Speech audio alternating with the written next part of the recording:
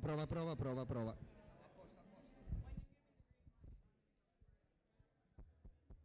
Prova, prova, prova.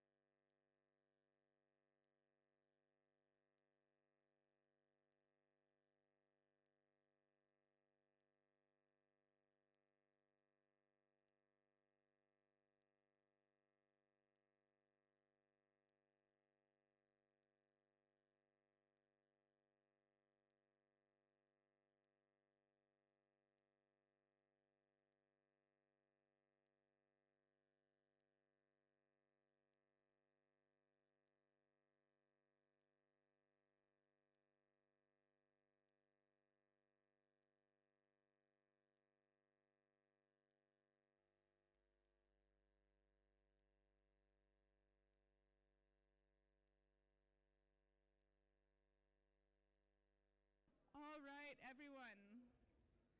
lovely to see you all gathered here on a brilliantly sunny Brussels day. I think we can take our seats now. If you can all start coming forward. And I understand that we're now also welcoming our participants on Zoom.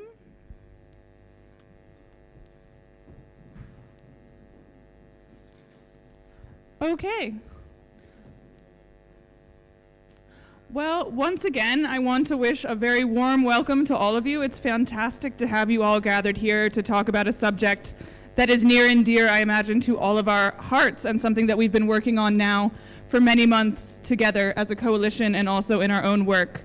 So one of the questions, I'm not sure if you're familiar with Mentimeter, but Mentimeter is an application just to get a test of who's in the room, and I apologize that the QR code is covering one of the words, but you can probably guess it. So as you come here today, and as we're all gathered to talk about this subject of future generations and their rights, I'm curious to know from you, in one word or 2 words maximum, what is your biggest concern when it comes to thinking about future generations? So you can scan the QR code and it should give you the Mentimeter access. And you can just put in a nutshell, 1 word, when you think about future generations, something that you think could be an obstacle or something you'd like to tackle. And then we should be able to see, Marco, the word clouds. So poverty, climate. Could we maybe move the QR code so we can see it fully? Human connection, short-termism, indeed, war, which is on all of our minds. Environmental breakdown. Yeah, maybe we can, if everyone has the QR code, maybe we can minimize it so that we can see the full word cloud. Thank you. Great. Okay, so we're seeing a lot of these heavy topics. So none of these things will be solved in the next hour, but these are the exact types of things that we're actually trying to embark on when we campaign for this type of work. And this is why we've launched this coalition, which we're about to introduce to you. And these are some of the many, many things that are interlocked. These are the things that are overlapping when we talk about future generations. Great. So I'm going to tell you, at the end of this session, I'm actually going to ask you a word that you're going to walk away from. So keep these ideas in mind as I introduce the speakers, as we have our panel, and we hear why exactly we're launching this wonderful work over the next hour. But keep these ideas in mind, and I think keep in mind how overlapping they are, how interconnected they are, because that's the real spirit of the work that I'm about to introduce to you today. So I will start by calling the founder of the Good Lobby, Alberto Alemano, to the stage, and also Felipe from the Jesuits. So Felipe, would you like to join us? Perfect. To say a few words about why exactly we embarked on this work.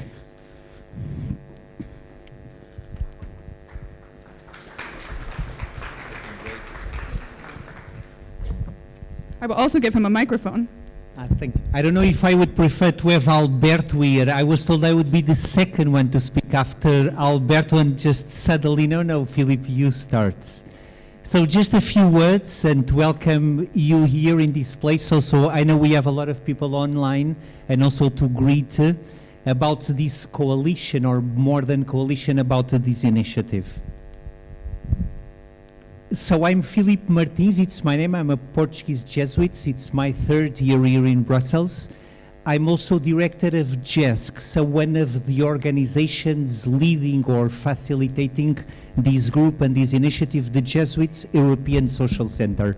We have several institutions here in Brussels. As one of our lay companions say, we're still discovering, we Jesuits, we're still discovering the importance of being here in Brussels, where so many things related to the lives in our 27 countries, where so many things are decided.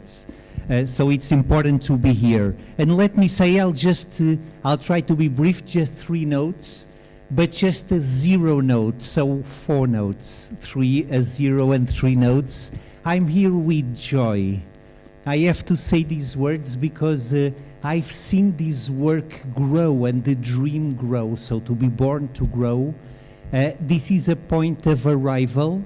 So a small group of people have been working with this idea for a year now, more than a year now, discovering partners who are engaged with this as well. Somewhere along the way, Alberto, we came across the Good Lobby, we shared materials, we looked at the materials and said, listen guys, you are copying us.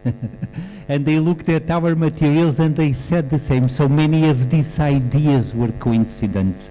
So it's with joy that it's these moments to make it official, to say like this, and also restarting points. And in this sense, just 3 notes. As a general, that's what I have to share. Then Billa has been the person with JESC a bit leading, leading all the work, and Alberto also will share more of, or the legal or the contexts. Just 3 words with simplicity, or 3 notes. One, just a word, if you allow me, a word about Pope Francis. Maybe some of you might know, so the Jesuits, it's a Catholic order of the Catholic Church. Pope Francis is a Catholic, and he has written and he has spoken extensively about this sustainable planet or sustainable humanity, to use all his texts, or his main texts, Laudato Si about ecology, Laudate Deum. He has one called Fratelli Tutti about solidarity. So projects to live together and to make a sustainable world. The challenge, this first note, of a long-time perspective. I think, so among all these crises, among the wars and among also elections are coming, but not to forget the long distance, the sustainable challenge, the first notes. Then a second note, I would say, in the coalition, 10 or 11 we are now, so Billa every day updates the number, but I'm also happy to see that we are different people here, coming from different places and different backgrounds and different origins. Some of us are faith-based, some of us not faith-based but concerned and hopefully and trying to make hope alive, to use this expression, in the world. So it has been nice to see this diversity working together, seeing this and sharing the concern and sharing the hope to build together a sustainable world. And finally, the third note, not to keep up to my promises, not to be long. I was, just sharing, just grabbing, I don't know where is Billa. Billa this morning at 9 a.m. Billa was already arrival. I called him to my office and I told him, Billa, are you nervous? And he said, a bit. He said a bit, which is normal. But I was also telling, this is not a closed project. So there's a call, there's a group of calls, there's something already written, reflected together. But I also believe these kind of projects, to go back to the Pope, speak a lot about more than having everything already defined, this is also a process. So to fine-tune, to incorporate new ideas, to bring other people along. So this is not a project against anyone. It's to build together. And so people from here, people who listen to us online, or even so MPs in the Commission, that's it. Try to work together for a more, and to engage everyone for a more sustainable world. So this is it. Thanks from my part, thanks for being here, and maybe the spirit of goods that touches everybody's hearts, independently from where you come from, what you believe, may the spirit of goods accompany us in this journey. Thank you.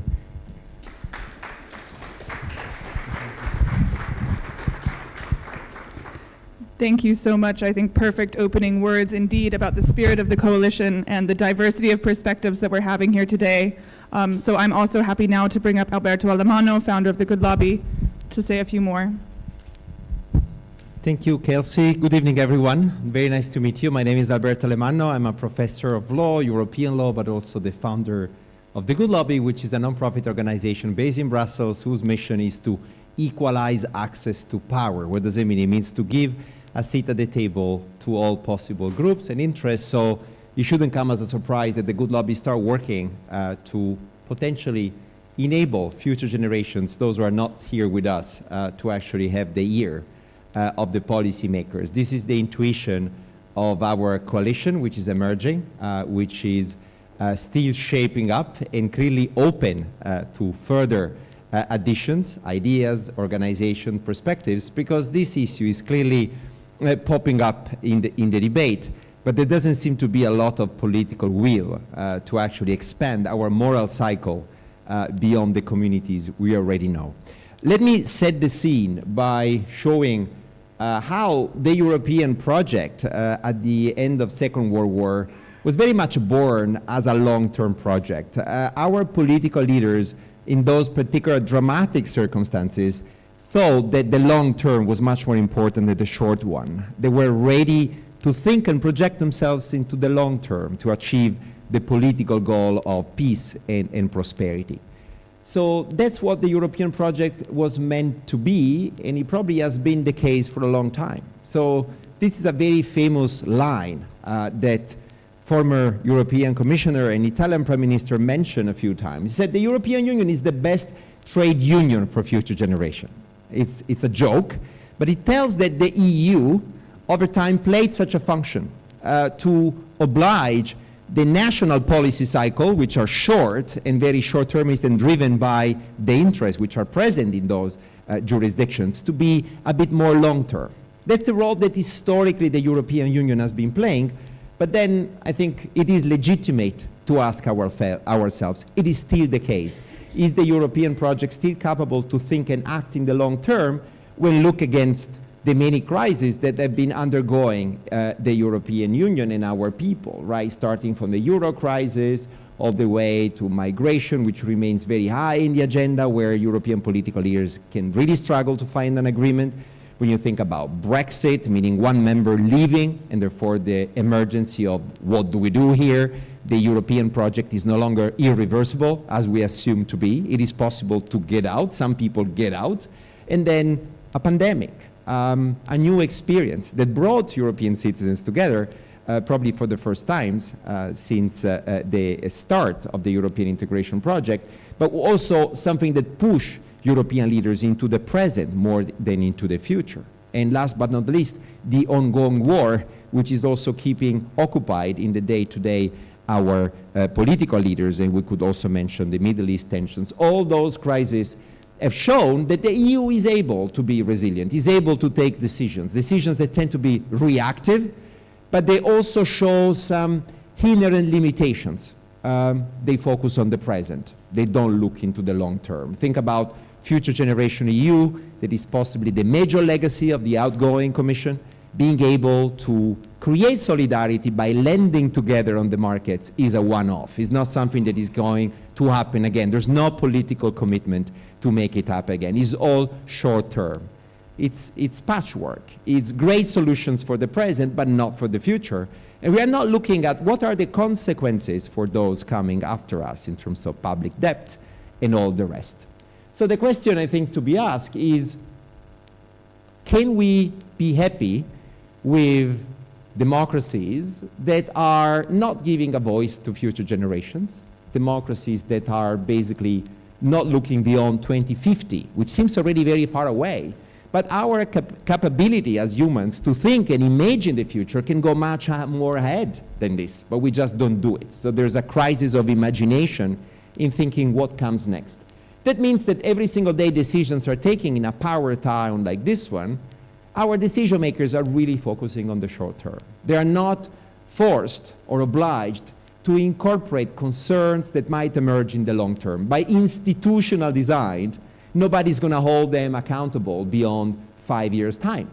That's what democracy is about. Electoral cycles, which are short, which are not incentivizing them to think long term. It's not even rewarding to tell your electorate, you know, I've been taking these decisions because I care about a long-term interest, a diffuse interest, being public health or being the democratic infrastructures, issues that are orphan issues, issues that nobody really cares about. And I think this is the challenge, trying to see how can we create a system that is responsive not only to those who are able to protest, and we have been seeing the ability of the farmers to capture the imagination of the political leaders, to extract major concessions that are directly affecting the future generations. There was a political commitment to green the European economy. Well, that commitment is no longer there. There was a commitment to no longer use pesticide to the same extent. Those commitments were vanished as a matter of few hours. How credible a political system can it be if it is not able to balance the maximization of the consumer welfare of future generation with the need of the present? And I think this is the challenge, the realization that when you make a policy decision today in this town, you should not only look at distributed consciousness existing among different generations within the present, but you also have to look at the trade-off between what is good today that is also going to be good tomorrow. And this is much more difficult to communicate to the electorate. But that's where we would like to come in as a coalition and trying to show that the long term should become a civilization priority, something that should be really high in the agenda of our political leaders. The question is how we're going to be doing this. And there are academics, scholars, thinkers, practitioners, advocates, who are actually devoting a lot of time and possibly their life in thinking how we can change our institutions to make them future-proof, being able to actually deliver on this promise of long-term thinking that is currently lacking.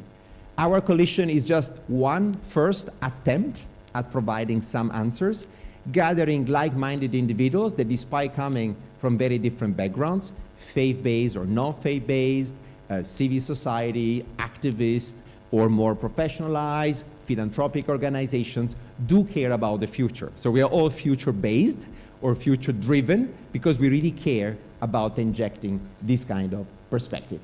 A lot of ideas are being floating. We're going to hear many more that are at the center of our initial manifesto that Bela has been driving with our partner organization. One of the ideas is to establish a European commissioner responsible for future generation, a commissioner that would take a long-term perspective. It would be checking on whether his, her colleague are also integrating such a long-term perspective, and many other ideas ranging from a future impact assessment all the way to an interinstitutional agreement whereby the institutions would expand into their better lawmaking such a perspective. And we can think about many more ideas that I'm sure you're going to be able to contribute. But regardless of the institutional setup we're going to get in Europe to make the EU much more future-proof, I think what the EU should do is not to seize such an opportunity to lead the way in showing how a democratic system actually may increase, may improve its own democratic qualities by being ready to adopt a new generation of future-oriented political reflexes and institutions. So our own democratic routine should be expanded towards the future. And this is the kind of normative, but also political and cultural transformation we would like to trigger. I think this is key. Join the Future Generation Initiative, support it, write to us, be curious about it, help us to spread the word because we clearly need you to potentially sensitize many more political leaders, civil society organizations, and perhaps also economic operators to incorporate the long term. Thank you so much for being here tonight. Bela, as a spokesperson of the coalition, will have the chance to tell you much more about the ideas we have and to present you some concrete ideas. So stay tuned and see you in a bit. Thank you so much.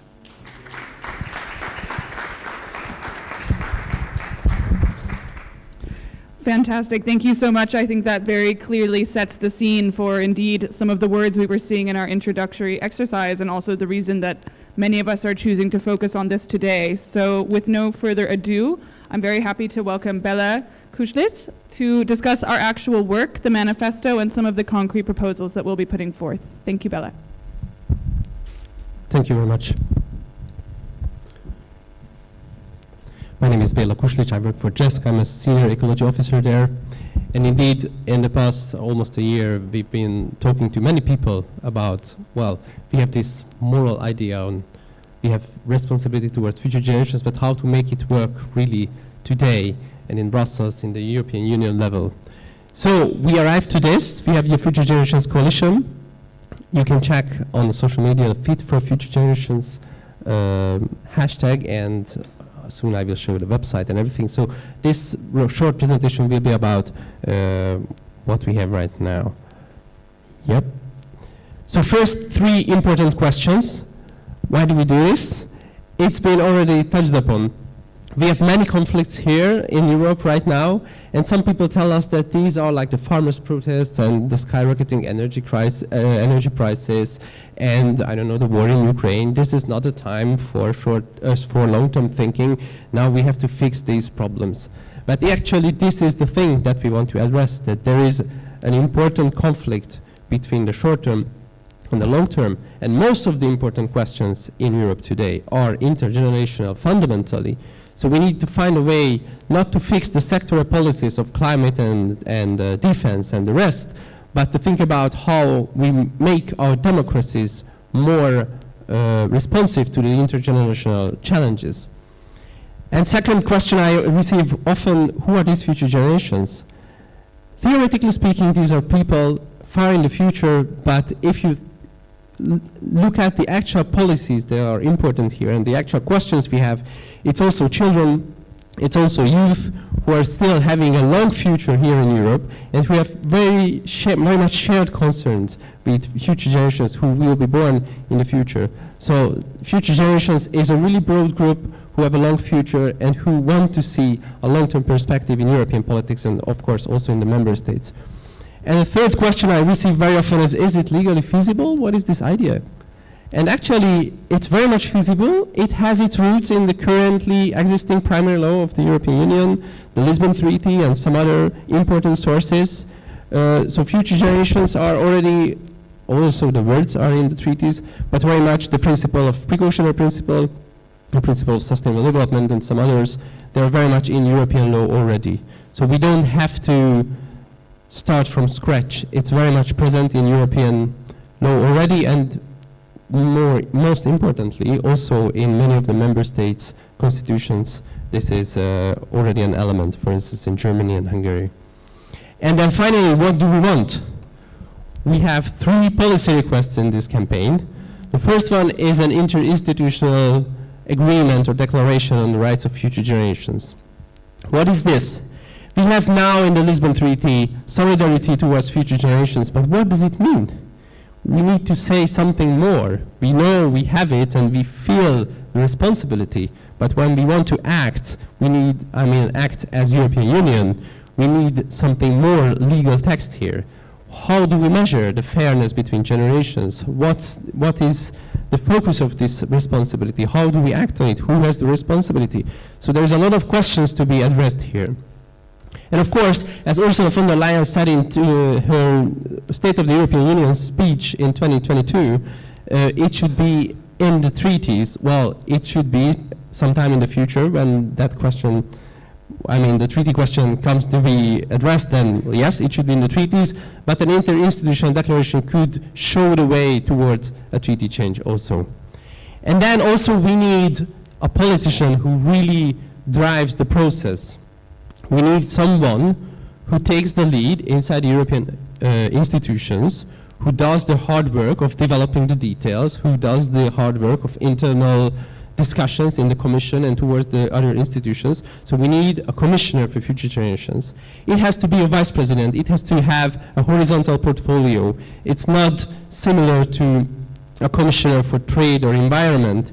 It has to oversee the whole democratic process, and it has to provide processes and discussions that support the Commission and the other institutions in how they think about the long term.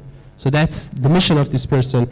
And finally, a very technical, which for some people is completely alien, but we have very interesting existing structures like the better regulation guidelines, which, as the name tells you, should tell the Commission that how do we make better regulations in the European Union. And there are already checkpoints in the legislative process, and we want to add a future generations impact assessment to that framework of better regulation, and with that, the so-called regulatory scrutiny board would have the obligation to check every important legal piece that leaves the European Commission to check against the test of future generations. Are we responsible enough for them, or we are leaving the burden of our current, of the long-term problems on them to solve them? We have a 7-page long proposal with more legal details, more details on the implementation, more details on how we think about the problem itself. you can check the fit4futuregenerations.eu website, and you can download there our detailed proposal. And we want you to help us, because the European Union is really big, and we have to be a big coalition, a strong coalition, a diverse coalition to make this happen. So each and every of you, if you want, you can join us in this fight. Also as individuals, if you go to our website, you can sign up and you can support us. If you're an NGO, you can join our coalition as a member and we can work together closely. Or if you don't have the capacity for that, you can you can support us from a little bit from a distance. And of course, you can just speak about it. You can address the questions. You can raise your own concerns on social media using our hashtag #FitForFutureGenerations. And finally, just to show you where we are now with the coalition, it's the 11 organizations currently, and we hope to grow very fast, very big. Well, I won't name them all. You will soon see them sitting here and addressing some of the details. Thanks very much for your attention.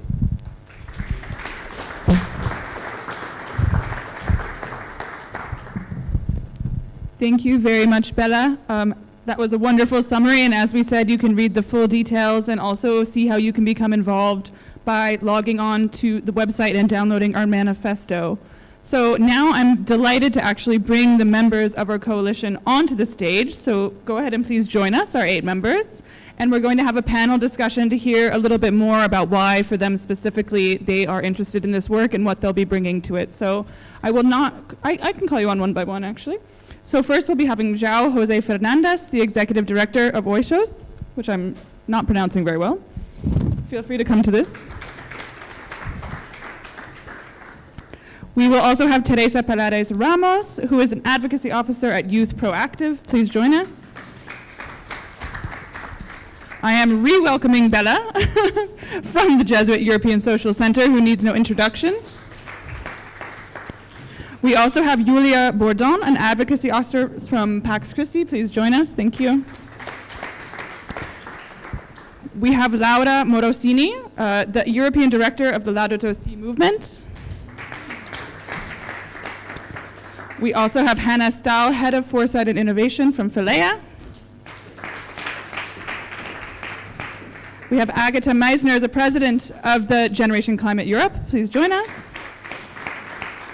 And last but not least, we have Ismael País Cívico, a board member from European Youth Forum.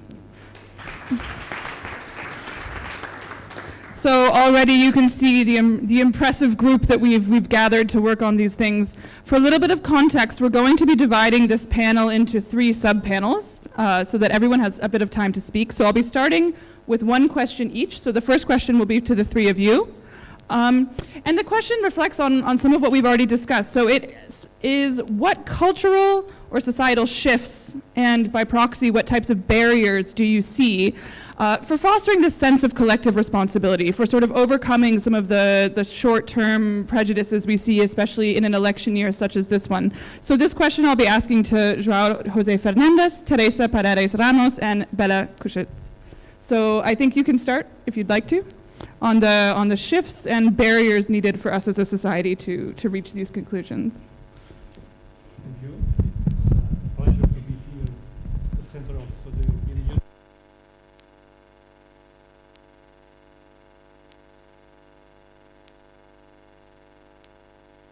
Okay, thank you. I was thanking all of you to be here present and also delighted with this partnership. I will try to answer this question that is a very hard question, but I will also highlight 3 main dichotomies that are emerging in this discussion around future generations. The first one is there are big tensions between generations. I believe since the year 2008, 2010, around the sovereignty crisis in Southern Europe, we are facing many discussions and many tensions among generations, living generations, okay? Young people and people that are older people, and these tensions must be, of course, addressed. The second are future generations and just transition. One of the main arguments from those that are opposing to the long-term thinking is that we face too much problems in our countries, in agriculture, in industrial things, in energy transition, and we must focus on the short term, not on the longer term. And finally, the discussion around legal responsibilities and rights. Are future generations, unborn people, subject to rights? Are we subject to duties and responsibilities? How can we address all these dichotomic discourse? Well, the first, we must admit that we face a transmission of privilege and poverty across generations. So it is a false statement that if we work on future generations, we are not addressing poverty and inequality today. On the contrary, if there is a transmission of poverty and inequality in Europe, in our countries, and in our world, the only way that we can address the problem is in an intergenerational fairness framework. The second, we need, of course, to address these dichotomies and these tensions, these narratives, with a commitment to the well-being of the living and the unborn people. For that, we may learn from our human evolution on the earth. We are not the most suited species to adapt to environment and shocks, external shocks. However, we are thriving in the planet. Why? Because we are able to dream and because we are able to cooperate. So, this campaign is about mobilization, dream, and is about cooperation with institutions and political settings, civil society. I think the institutions that we are trying to establish on the political side needs also a deliberative participation from civil society, organizations, from private sector, from politicians, from all citizens. A second is what we have learned in the European Union history. And as our colleague from the Good Lobby established, the European Union is a long-term process, a long-term dream, a long-term project. So I think the European Union must be leading this movement towards long-term thinking. And last but not least, what we have learned from the multilateralism and the international framing of human rights since 1948 with the Human Rights Universal Declaration. There is no a single word on limitation of human rights for the past, for the present, or for the future. So all people, including the unborn people, are subject to human rights. So this is but also, this is much before the declaration of the human rights. This is established in the indigenous people. This is established in the major faith-based cultures across the world. So we can see that majority of the people in the world believes in future generations' responsibilities. So it is very important. I will only read a piece of my discourse that it was written very quickly. That is the principle 5 of the Maastricht Principles on Human Rights and Future Generations. All human beings in the past, present, and future are equal in dignity, are entitled to the full and equal enjoyment of human rights. So I think we have this duty for future generations as well for current generations. Thank you.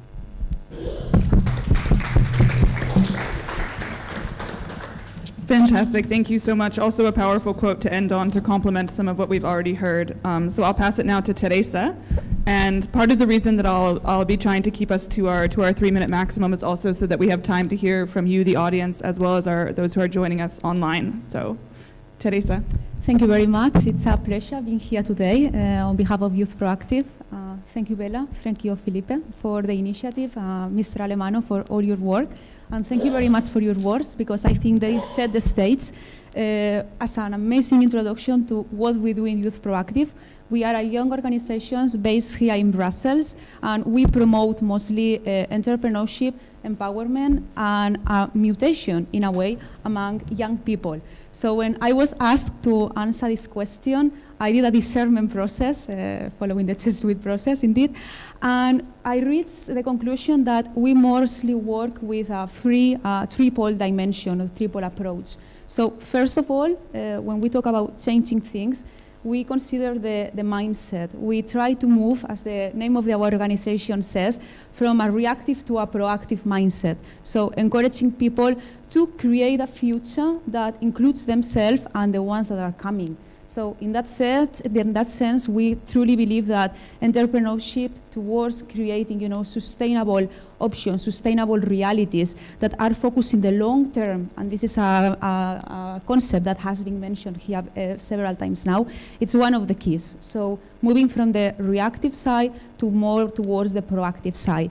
And then, as already has been mentioned, we really think, and for us this is a key part of our work in advocacy, that political changes are required, that political reform is needed, mostly moving from this short term towards a more long-term way of doing things in the policy-making process. And finally, sticking to the time limit, we work in education, mostly non-formal education, and what we see is that educational reform is needed, mostly because many times educational systems, follow syllabus, but they are not focusing the capabilities of human beings. And if you want to flourish as a whole, if you want to create change in the future, you also need to know what are you good at and what can you do, for good in the society. So I would say that this is a triple approach that, of course, in theory sounds great, in practice it's a work in progress, but as we have been mentioned several times, we work towards the future. We are here to serve the future generations, and the long term is what matters the most. Thank you very much.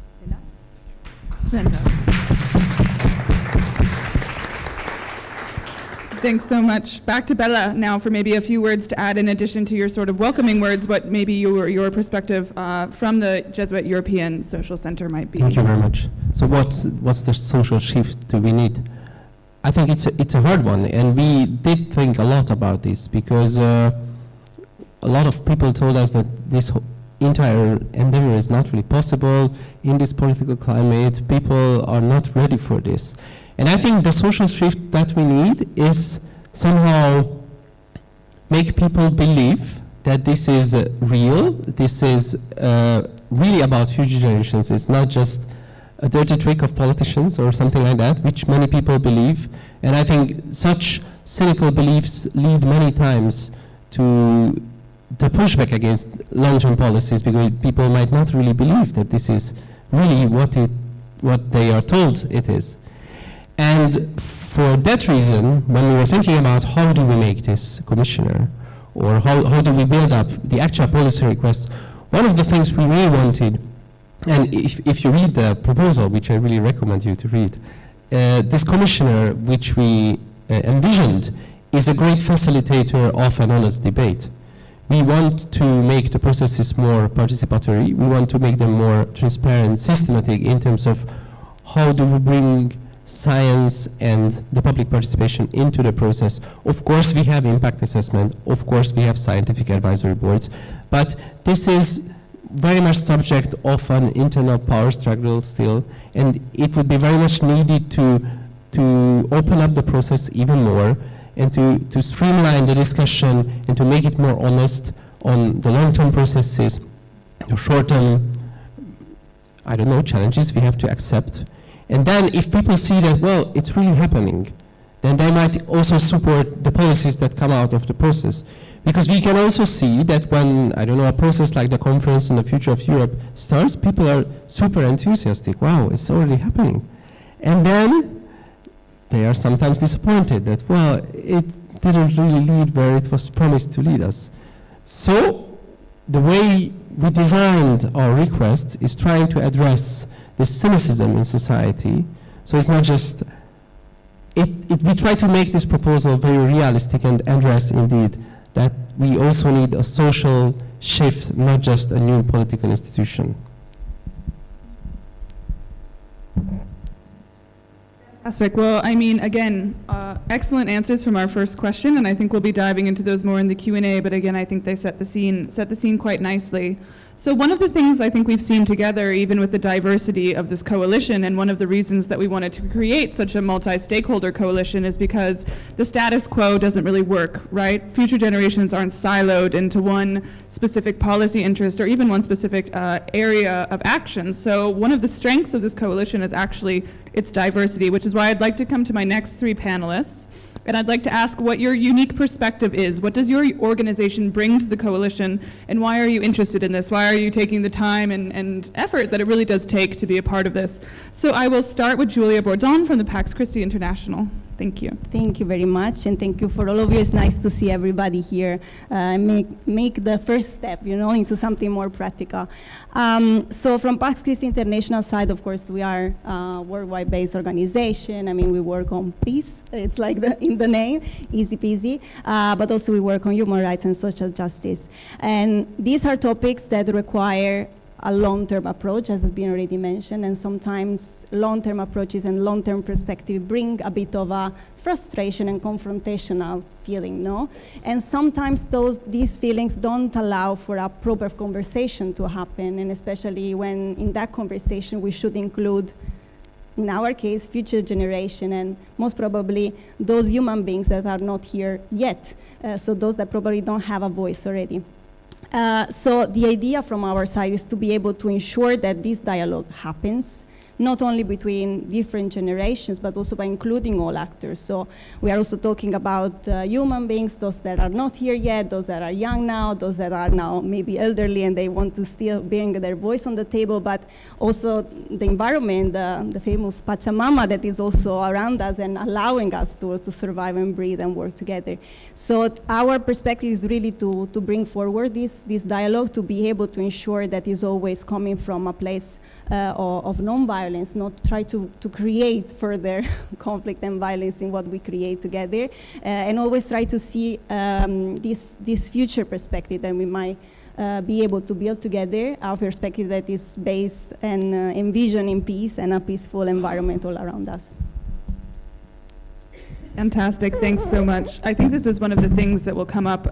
You'll certainly see it when you read our manifesto and our work, but this sort of indeed trying to bring together multiple elements. It can be existential to actually try to imagine what a future generation might look like, and we often use the empty chair metaphor. So what if there was someone sitting there that's not here yet, and how on earth do you manage to have their rights embedded into policymaking? So I love that we're touching on that. Also looking into the past and the fact that this has actually been a subject for a long time. So I will then ask Lauro Morosini from the Laudo C movement to also explain why you are invested in this particular coalition and what you hope to bring. Thank you. First of all, maybe a word about the Laudato Si movement. What is the Laudato Si movement? It's an international movement that brings together many grassroots people all over the world and member organizations from the church, Catholic member organization, diocese, congregation, movements all over the world and in Europe.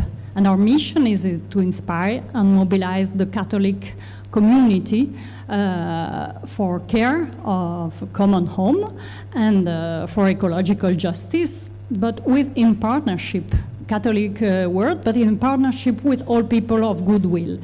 The movement is inspired by Laudato Si, so the encyclical that Pope Francis released in 2015 about the care of common home, so ecological encyclical, social encyclical on ecology. And one of the things we noticed in this encyclical that it's that future generations are named about 10 times in the text. And another thing that is very central in this encyclical is also the request to phase out without delay from fossil fuels. This is one part of ecological problem, but a big part. And so we have been working very strongly to mobilize the Catholic community to divest from fossil fuel, and also to ask for a non-proliferation fossil fuel treaty. Last year, Pope Francis also released another text called Laudate Deum, just before the COP, and saying we are not moving quickly enough on this abandonment of fossil fuel. And this question of fossil fuel is a question for a future generation, is a question of how we respect young people's rights. Will they be able, and non-born people rights also, will they be able to live in a stable society and in a livable environment, in a livable world? So that's why this Future Generation Coalition is completely close to our what we think is central. Maybe the last little thing, I don't want to speak too much, is the fact that our movement is mainly young. I am one of the oldest people in the movement, and we work already. We see that the youngest are the voice that are not listened to enough. So we do things like facilitating a meeting with the young, 13 years old young Indian activist called Ridhima and Pope Francis. So they meet together, and we did a film around that that has been seen by 9 million people. And this is a way, and we think this is an institutional, interesting way, this coalition, to bring youngest and non-born world. Great, thank you so much. I think it speaks to the unconventional nature of the coalition, the ability that we're able to harness not only this movement that's very global. I mean, we're speaking a bit about the EU policies, but it's a global issue. It's all interconnected, so fantastic. And then moving it on finally to Hannah from Philea, who is working in a completely different field, but why are you also interested in this unconventional coalition? Thank you so much, and it's a pleasure to represent Philea, Philanthropy Europe Association. Thank you so much for inviting us to be part of this coalition, because this topic is also close to our heart, to our own mission. We bring together not only the perspectives of our own organization, but a community that Philea brings together and nurtures, a community of European foundations, networks, and associations working across Europe for the common good. So it's very much in the nature of our members who work on long-term, who work for future generations, who involve young people, children in their work. So for us, it's really fantastic to be part of this broader movement and to put future generations on the agenda for policy making, for civil society, and also for philanthropy. Foundations are among the freest institutions in our society, privately managed organizations that are not constrained by electoral cycles, that are not constrained by the need to generate financial profit. So that is why it is a very logical partner in really advocating on behalf of young people, on behalf of future generations. And this topic actually has been brought by one of our members, the Gulbenkian Foundation, that has done fantastic work already 5 years ago, has done fantastic research in partnership with many organizations to showcase the problem that there is lack of understanding of how our today's decisions are impacting generations that are to come, what public debt we're leaving, the environmental degradation, access to housing. We see all of these issues already today, where we see that the social contract is actually in danger in Europe.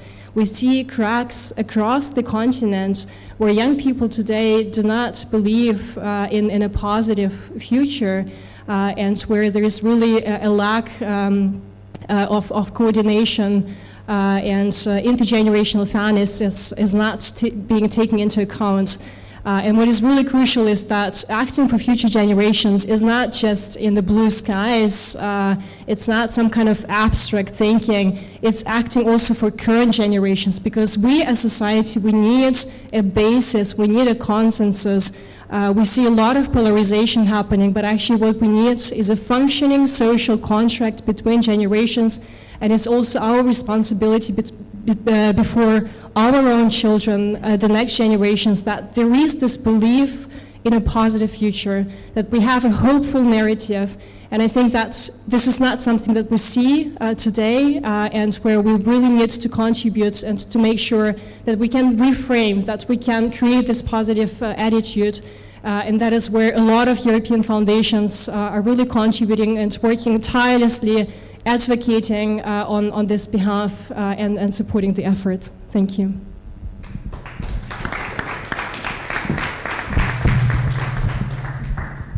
Great, so already we can see this variety of perspectives in the way that they amplify each other and actually make this stronger, and that's part of why we're so excited about this coalition. And again, if you're interested in joining yourselves, please take a look at our website and reach out to us, because the more voices we have on this, the better. So I'm going to end with our third panel of two with a slightly tougher question, but I know I'm in good hands because I know both of you. So with the absence of representation that we've seen how it's enshrined, we've heard various ways that it is represented technically in legal documents, but with this general absence of representation for future generations, in specifically EU decision-making, how would each of you propose that we amplify these voices? And I know both of you work specifically on youth work, but let's think about it also in the broader sense. So not only just youth, but children, and again, this concept of future generations, the empty chair in the room. How would each of you suggest that we actually amplify and embed their concerns when we're working on the EU political sphere? So, I will pass it first to Agata from Generation Climate Europe. Yeah, hi everyone. Really lovely to see you all, and I'm very happy also to be here as part of the initiative with so many diverse organizations. I think that's also where the power lies, really in the different perspectives that we can bring. So Generation Climate Europe is the largest youth climate coalition at the European level, and we work and have been working on embedding future generations in decision-making processes at the EU level for a while now. From our experience, from my personal experience, I can tell you that as young people, we are very often introduced as the representatives of future generations. And we are being told, well, now is the youth and future generations person that's going to speak. So we have to speak for youth, we have to speak for future generations. We also increasingly have to speak for all the climate issues, because we are the hope for all the climate policy and the climate issues. So inviting that young person to the table is just not enough in the context of these issues. And we simply cannot place a burden to protect all future generations solely on the shoulders of young people. And this is, I think, why this is a joint responsibility, and this is why it's so great to also have so many different organizations and groups part of the initiative.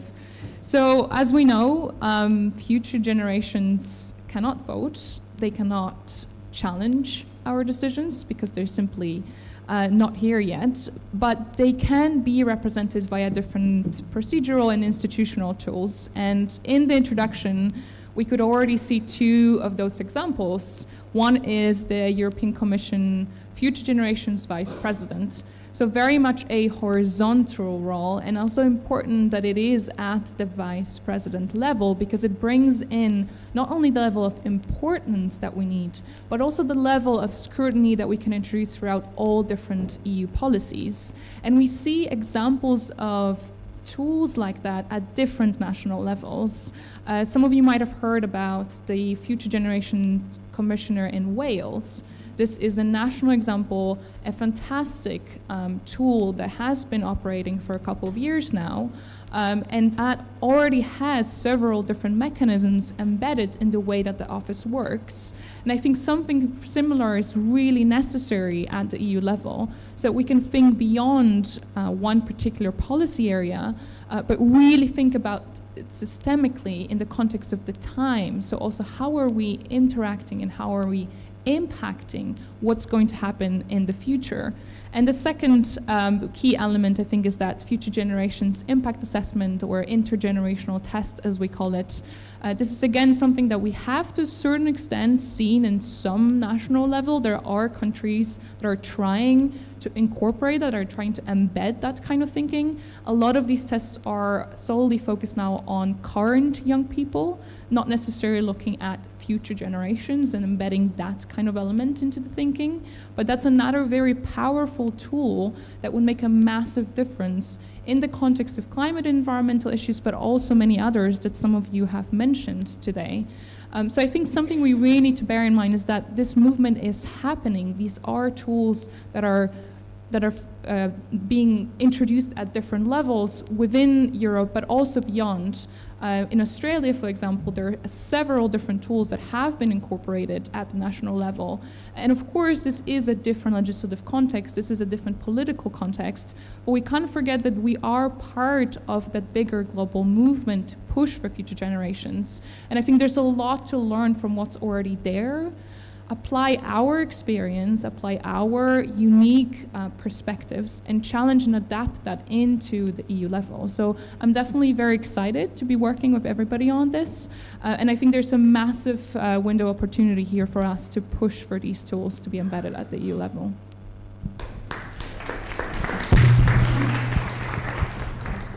Perfect, and it seems fitting then to pass it to Ismail from European Youth Forum. As we know, European Youth Forum has been pioneering and really pushing for so many policies to bring youth for the forefront. So could you tell us a bit more about your involvement, but also the synergies you see with future generations, moving beyond just the youth today, and how you see that being embedded in the decision-making process? Yes, thank you. And the bar is quite high now, being the last one to speak after this panel. But I'm actually going to try and answer that question in two sides. First of all, setting the scene, right? Why young people specifically? Why future generations? The older generations were once young. We will be old one day, and then there will be new generations that are not born yet. And again, what are we trying to do for them, and setting that scene? And I think in some sense, we are also sailing against the current. I heard this saying not too long ago, which was, as a sailor, if you don't know where you're going, the wind will never be favorable in that sense, right? And that's something quite interesting to think, because at least now we know where we're going, right? We want future-proof laws for the future generations that are not here yet. And speaking about intergenerational solidarity and all of this. And I think generally as human beings, we are very good at adaptation, but very bad at mitigation. And I think Mr. Alemano said this at the beginning, which is quite true. In the past 2 decades, the generations born in the 90s, we've gone through, well, without speaking again about the wars happening in continental Europe in the 90s, and then Ukraine, and then also the other wars in Middle East that are pretty close to us, that also affect us very, very highly, ethically, morally, but also even financially and economically, and all of these issues. We have managed within the EU, when no one thought it was possible, to safeguard peace within the EU borders, right? That we have managed, and I think that is something that withstood the test of time. So it is doable. We can put mitigation efforts. We don't always need to be adapting. But for the past 20 years, we've gone from a financial crisis 2008, then we've gone through a war also within continental Europe in 2014, then we had with migration, then COVID, now we're coming again in a crash. Anyway, we're just being at crisis after crisis, and what do we see? That young people, because they're the ones that are usually more in precarious situations when it comes to lack of decent housing most of the time, lack of access to a decent job or into the labor market, we're usually the ones that get left behind. And every time we're just trying to catch up with the things that were still in discussion 5-10 years ago, right? And I think the EU does need to adapt on an institutional level, essentially, to be a little bit more forthcoming and think what can happen in the future. Now, coming back to how, especially, like, how can we help young people in the future that are not yet born, that don't really have a voice?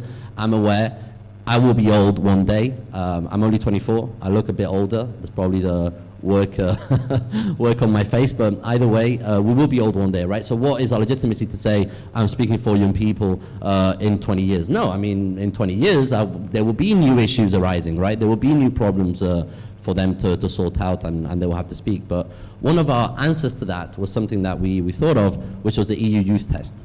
So essentially is an assessment tool, a mitigation tool, a risk assessment tool for every law coming from the EU level, from different DGs.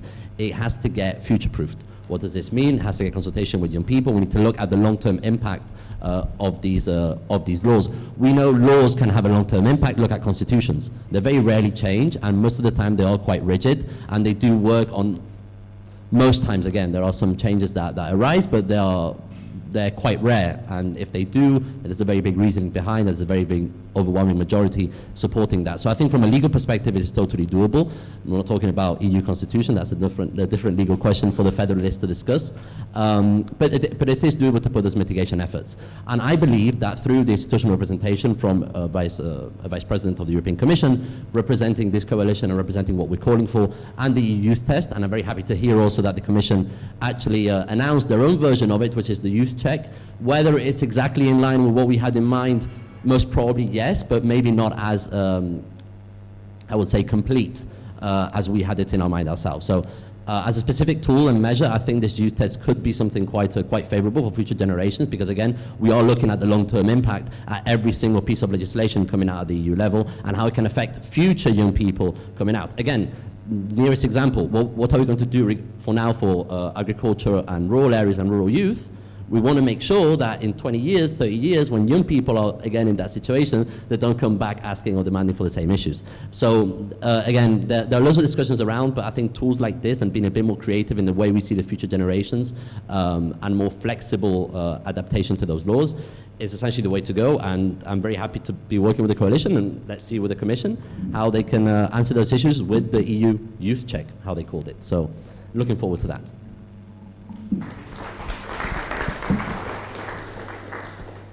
Fantastic. Well, I think that was an excellent closing to this session, but don't worry too much because we're now about to open it up to the Q&A. But I think there's something I'd like to highlight, which you and Agatha both touched on, which is this sort of inherent tension between the fact that youth are sort of promoted as the solution, or the ones, you know, that get invited to tell you everything about climate, and then also some of the ones who have seen some of the most upheaval and change. As a child of the early 90s, I think it's also good to mention that and the responsibility that should be borne by all of our various parties so that the burden does not end up not only on future generations, but for children and youth. So we have about 20 minutes for questions. What I would do would be to prioritize maybe one or two from the audience. And then I am aware that we also have an eager online audience. Could someone, Gabrielle, do you want to help me with the mic? Or someone? Thanks. Great, so I think we can collect 2 or 3 from the audience and we can see who wants to respond, and then we'll go to the online community. So you can start with him. Please also introduce your name and where you're coming from so we know who's in the room. Hi, my name is Falk Hemsing. I'm working at the Commission at DG Agri. And I'd be interested to hear on the youth check that you've just mentioned, basically 2 questions, I suppose. The first being, you mentioned that maybe the youth check compared to the youth test that you've been promoting doesn't go as far as you'd wish. So maybe if you could outline a bit whether and where you see limitations of this proposal. And the second question related to this, why do you think it is that the perspective of future generations has not been included in this youth check? I don't know to what extent you've been promoting this at EU level with the Commission, but have you observed any barriers to including this? Because now the youth check, as I understand, focuses on present-day generations, but it would have been a good opportunity, right, to already include future generations in this. Thank you. Great. So I think let's collect a few. That one's definitely for Ismail. Yeah, I see your hand up, and then there was another, I think, woman in the back. Thank you. My name is Frank Schwalbe-Roth. In 1980, I was one of the founders of the German Green Party. Our first poster was, "We have inherited the earth only from our grandchildren." Then I became the first MP and the first member of the European Parliament, worked with Greenpeace for the European Commission. And I have to make you an offer. I'm ready. Yes. We know European Parliament elections. If you look on the past, it's always that more than half of the MEPs are not re-elected, which meant for me the last 20 years, these 5 weeks after the election, I'm organizing in the evening, 18:30, in the salons of the Parliament, meetings.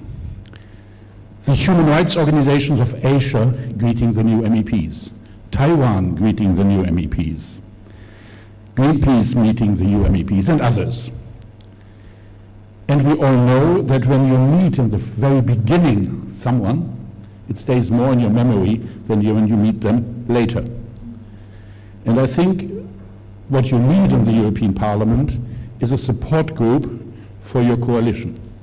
What you need is leverage on the future Commission to have this commissioner. And therefore I propose you, and I can assist you in organizing this because I've experience on this, just after the elections in the 5 weeks, on a Tuesday or Wednesday afternoon, 18:30, in a salon, 30, 40 MEPs who will come to have your future contacts in the European Parliament. Thank you. Thank you. I mean, fantastic. We'll take you up on that. We'll discuss as a coalition, and it sounds wonderful. I think we can take one more core question before putting it back. Yes, I saw your hand up. Thank you very much. I'm Teresa Gerns. I work for FAFSE, it's the Federation of Catholic Family Associations in Europe, and I just want to do a small question on future generations for families. Which focus would you see for families, or which role would you see for families in this future generation focus, especially now in the demographic challenges? Because we speak a lot about also the problem of demographic challenges, and that there is a future generation. One part is the families, because helping families, they're going to have new children. So yes, what points would you see important for families to help for future generations? Thank you very much. I think for that, maybe we can start by passing it to Ismail. I'm not sure if you want to respond to the first question about the youth. Yes.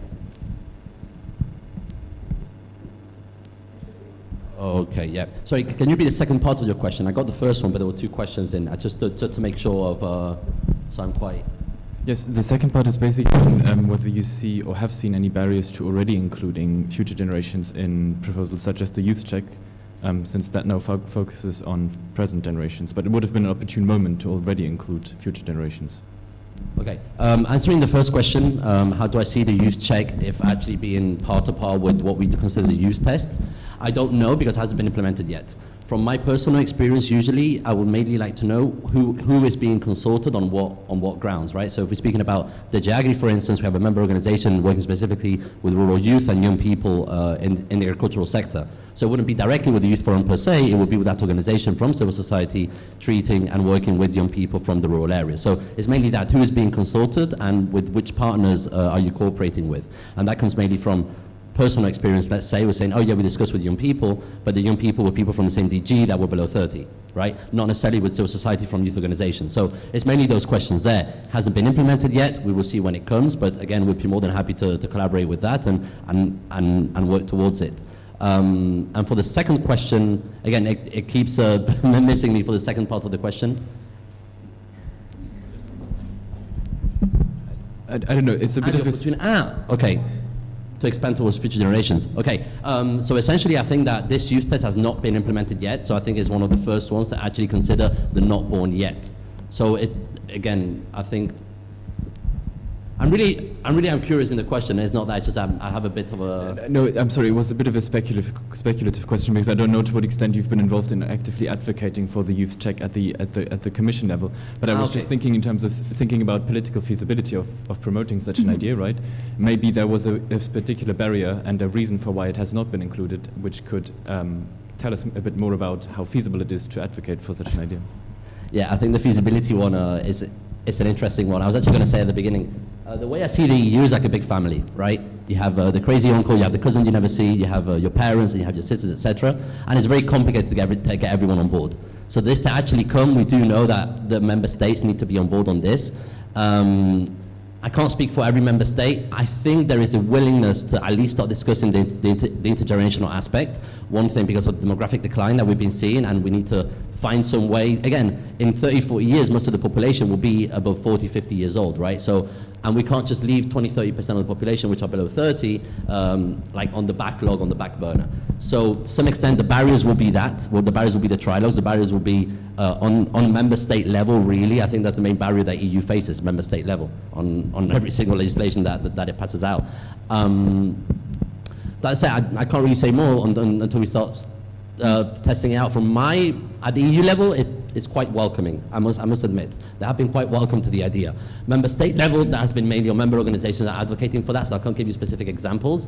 But we have been calling it again on campaign level for quite some time. We've been speaking with some commissioners, Commissioner Schmidt, among others, when it comes to employability of young people and measures of that. So we have been advocating it, quite targeted to be honest, but again, our online campaign tries to reach out to as many people as we can across DGs and across the institution.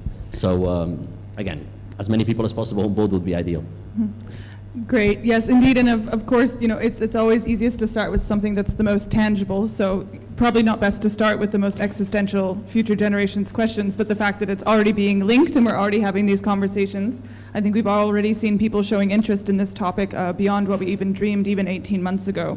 So the work is going. I think you also linked it nicely to, we had a second question, and then I'm going to go to one question from the chat so that we have time. We had a second question about the role of families and kind of coming back to this demographics aspects. That to me makes me reflect on some of the intergenerational fairness work that we talked about. I'm not sure, would you like to say would anyone like to say something to that? Perhaps, João, would you like to say anything to, yeah, Bella?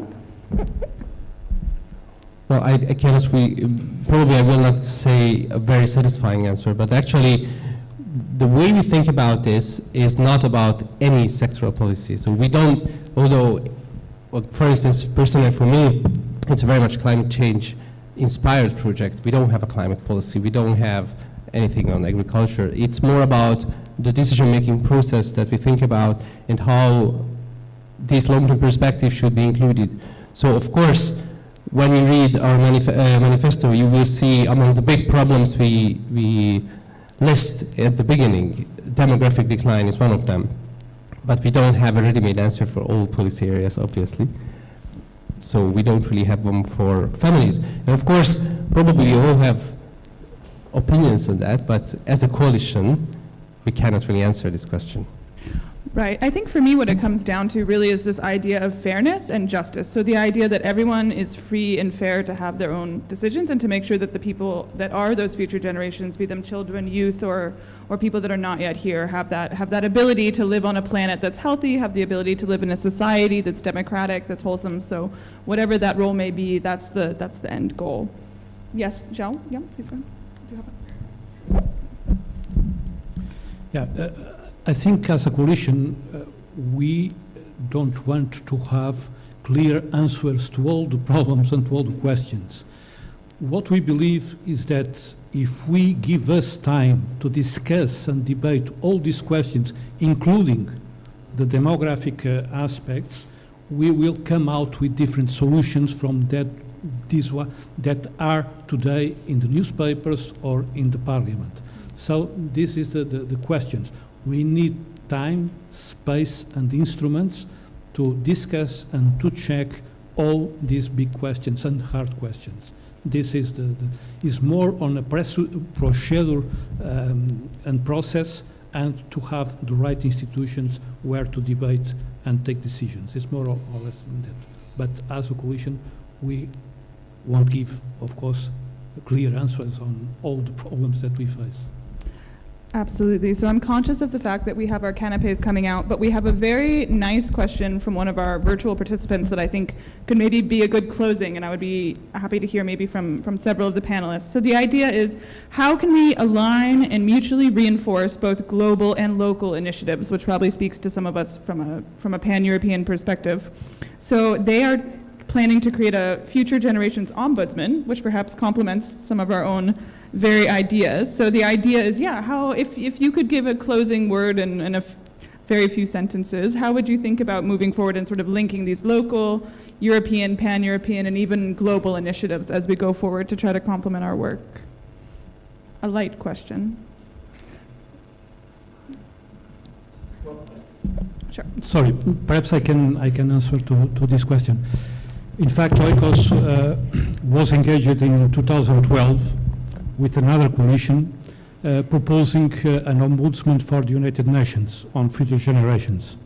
So we are becoming from the international movement to the European Union reality check.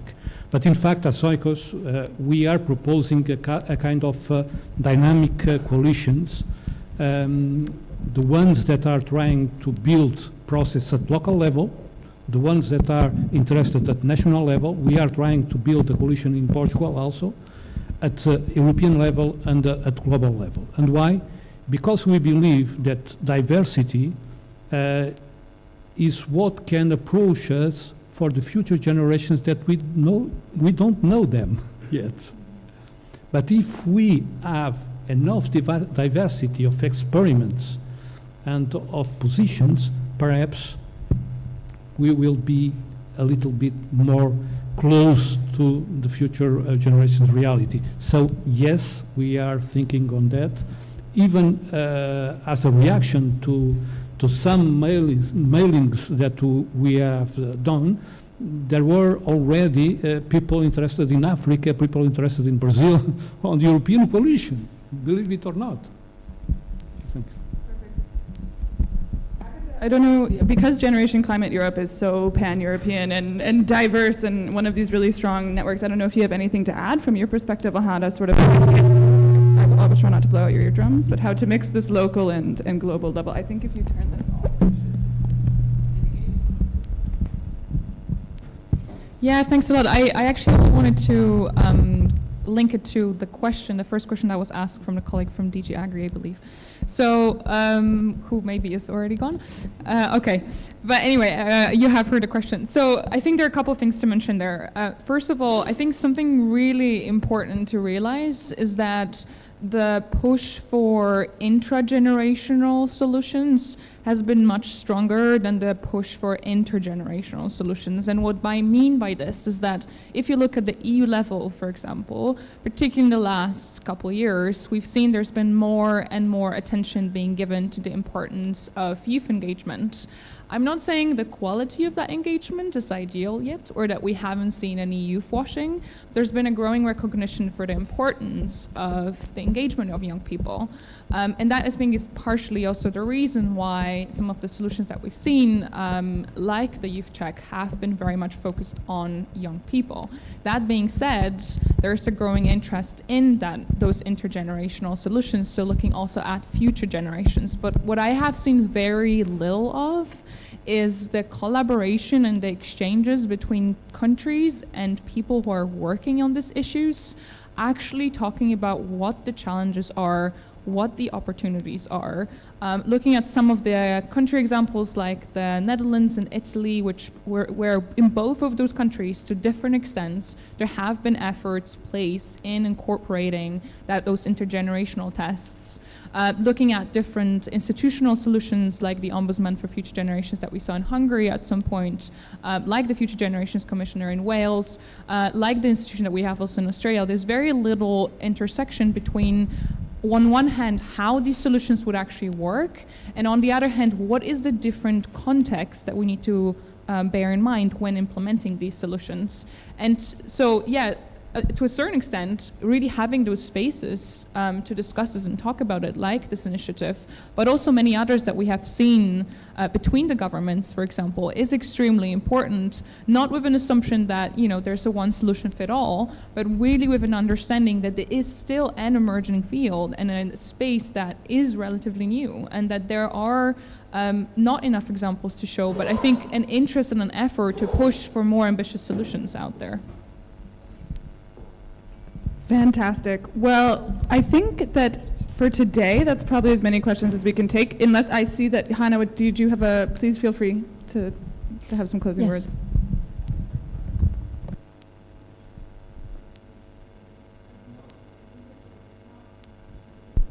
Okay, now it's better. Just wanted to add on this. It may sound a bit technical and to speak. Okay. Mitigation of the mic situation. It might sound a bit technical because we focus on policy, but actually the framework is much broader. Policies is one of the tools to achieve the shift that we want to see in society. And I think that the bigger problem that we're trying to address here is the short-termism.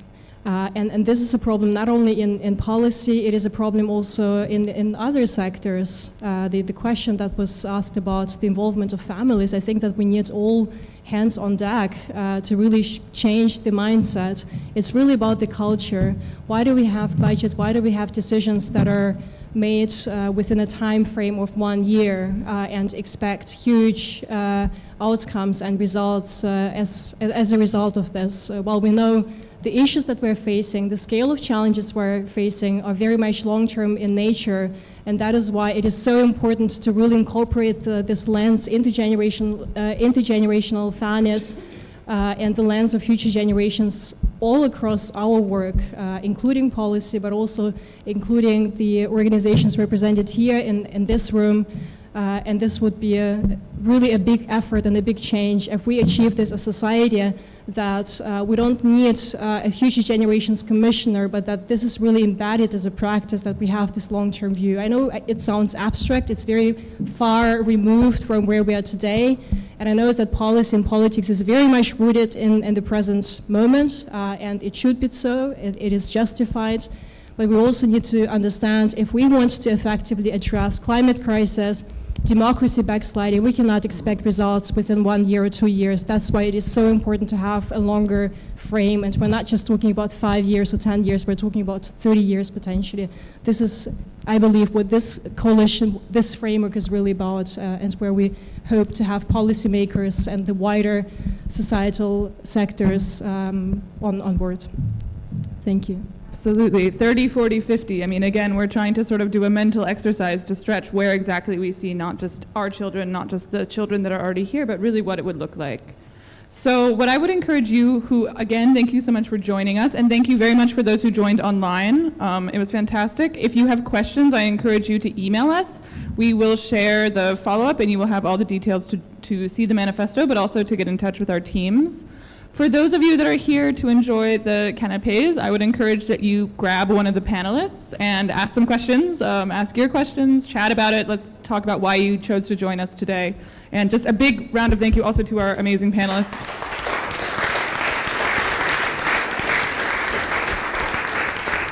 And to our very excellent tech team who is working on multiple fronts. So thank you all very much. And yeah, looking forward to continuing.